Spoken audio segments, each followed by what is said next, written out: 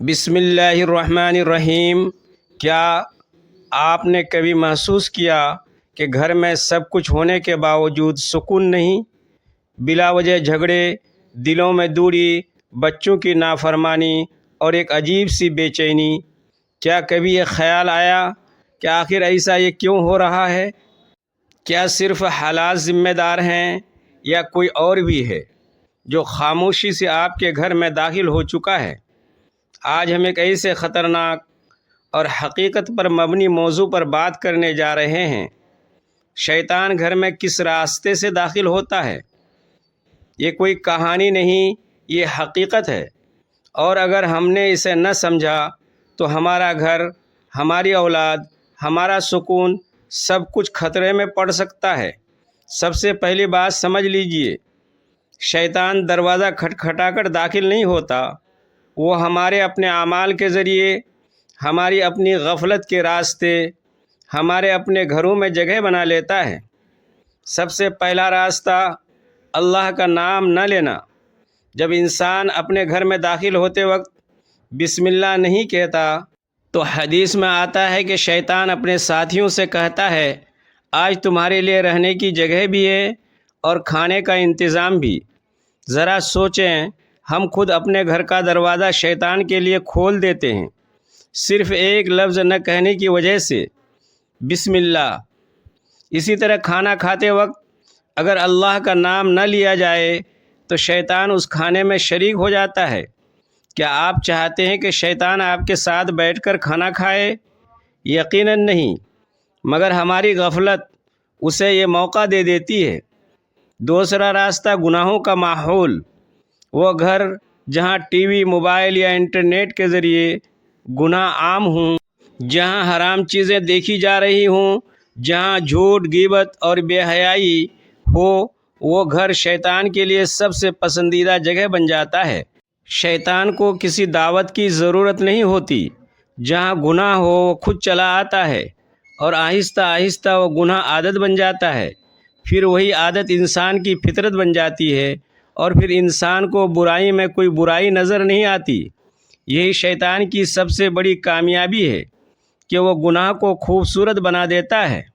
تیسرا راستہ، نماز کی غفلت۔ جس گھر میں نماز نہیں ہوتی وہ گھر اندھیرے میں ڈوب جاتا ہے، اور جہاں اندھیرا ہو وہاں شیطان کو رہنے میں کوئی مشکل نہیں ہوتی۔ نماز صرف عبادت نہیں، یہ گھر کے لیے حفاظت کی دیوار ہے۔ جب یہ دیوار گر جاتی ہے تو شیطان آسانی سے داخل ہو جاتا ہے، اور پھر وہ صرف ایک فرد کو نہیں، پورے گھر کو متاثر کرتا ہے۔ کبھی اولاد کو بگاڑ دیتا ہے، کبھی میاں بیوی کے درمیان نفرت پیدا کر دیتا ہے، کبھی دلوں سے محبت نکال دیتا ہے۔ چوتھا راستہ، قرآن کریم کی تلاوت کا نہ ہونا۔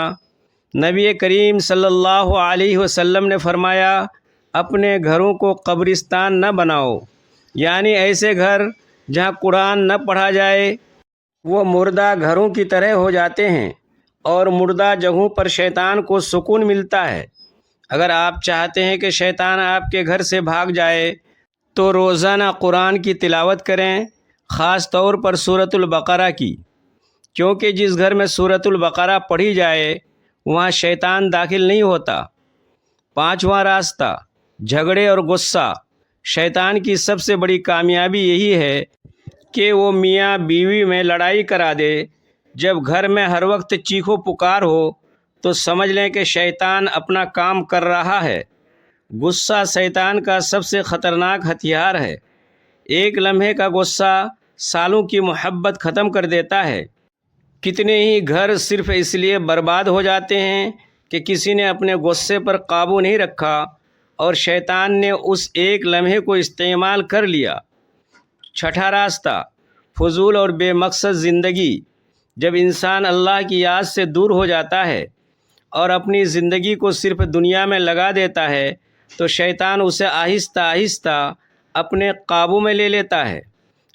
ایسا انسان نہ گناہ کو گناہ سمجھتا ہے، نہ نیکی میں دلچسپی رکھتا ہے۔ وقت ضائع ہوتا رہتا ہے، زندگی ختم ہوتے رہتی ہے، اور انسان کو احساس بھی نہیں ہوتا کہ وہ کس طرف جا رہا ہے۔ 7واں راستہ بد نظری اور حرام تعلقات۔ یہ وہ دروازہ ہے جو انسان کو مکمل تباہی کی طرف لے جاتا ہے۔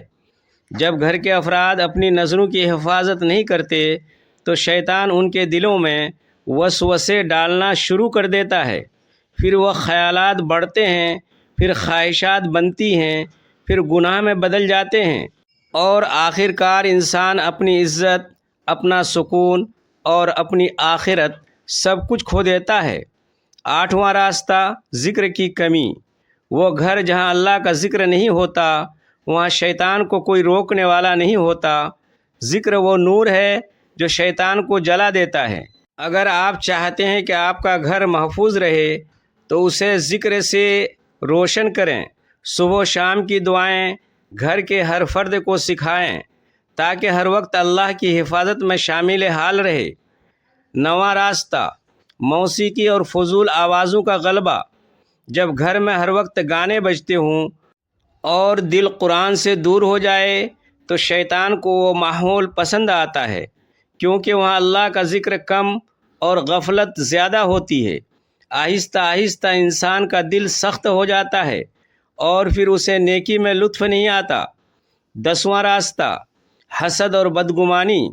جب گھر کے افراد ایک دوسرے سے جلنے لگیں، بدگمانیاں بڑھ جائیں تو شیطان ان جذبات کو ہوا دیتا ہے اور ایک چھوٹی سی بات کو بڑا جھگڑا بنا دیتا ہے۔ شیطان ہمیشہ چاہتا ہے کہ رشتے ٹوٹ جائیں، دل جدا ہو جائیں، کیونکہ جہاں اتحاد ہو وہاں اس کی جگہ نہیں بنتی۔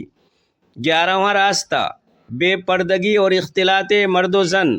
جب گھر میں پردے کا اہتمام ختم ہو جاتا ہے اور نامحرموں کا کثرت سے آنا جانا شروع ہو جاتا ہے تو شیطان کو بے حیائی پھیلانے کا سنہری موقع مل جاتا ہے۔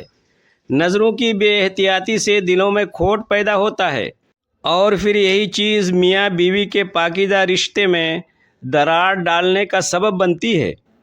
12واں راستہ اسراف اور فضول خرچی۔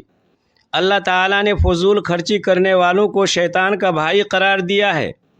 جس گھر میں دولت کی نمائش، بیجا تعیشات اور رزق کی ناقدری ہوتی ہے وہاں برکت اڑ جاتی ہے اور شیطان اپنا اثر و رسوخ قائم کر لیتا ہے، کیونکہ وہ چاہتا ہے کہ انسان ناشکری میں مبتلا ہو جائے۔ 13واں راستہ نجاست اور ناپاکی۔ شیطان کو گندگی پسند ہے۔ جس گھر میں صفائی ستھرائی کا خیال نہیں رکھا جاتا اور گھر کے افراد جسمانی پاکیزگی یعنی طہارت میں سستی کرتے ہیں وہاں نحوست ڈیڑے ڈال لیتی ہے۔ پاکیزگی ایمان کا حصہ ہے اور جہاں ایمان کی علامت غائب ہو جائے وہاں شیطانی قوتیں حاوی ہو جاتی ہیں۔ 14واں راستہ بزرگوں کی بے ادبی اور حقوق العباد کی حق تلفی۔ جب گھر میں بڑوں کا احترام ختم ہو جائے اور چھوٹوں پر شفقت نہ رہے تو گھر کی روحانی بنیادیں ہل جاتی ہیں۔ شیطان ہمیشہ اسی طاق میں رہتا ہے کہ کب وہ انسان کو تکبر اور غرور میں مبتلا کر کے اسے اپنے والدین یا اہل و عیال کی نافرمانی پر اکسائے۔ 15واں راستہ رزق حرام کا داخلہ۔ اگر گھر میں آنے والی کمائی میں سود، رشوت یا دھوکہ دہی شامل ہو جائے تو وہ رزق پورے گھرانے کی سوچ اور اعمال کو فاسد کر دیتا ہے۔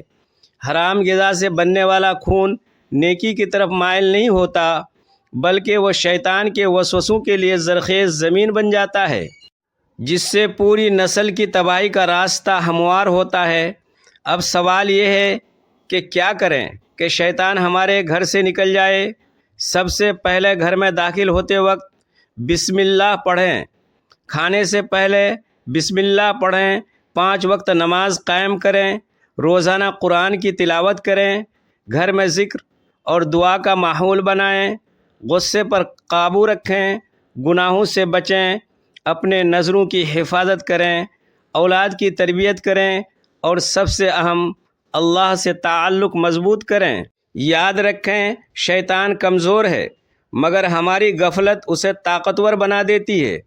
اگر ہم سنبھل جائیں تو شیطان کچھ نہیں کر سکتا، وہ صرف وسوسہ ڈال سکتا ہے، مجبور نہیں کر سکتا۔ اصل طاقت آپ کے ہاتھ میں ہے کہ آپ اپنے گھر کو کس طرف لے جاتے ہیں۔ آخر میں ایک بات دل میں بٹھا لیں کہ آپ کا گھر آپ کی ذمہ داری ہے۔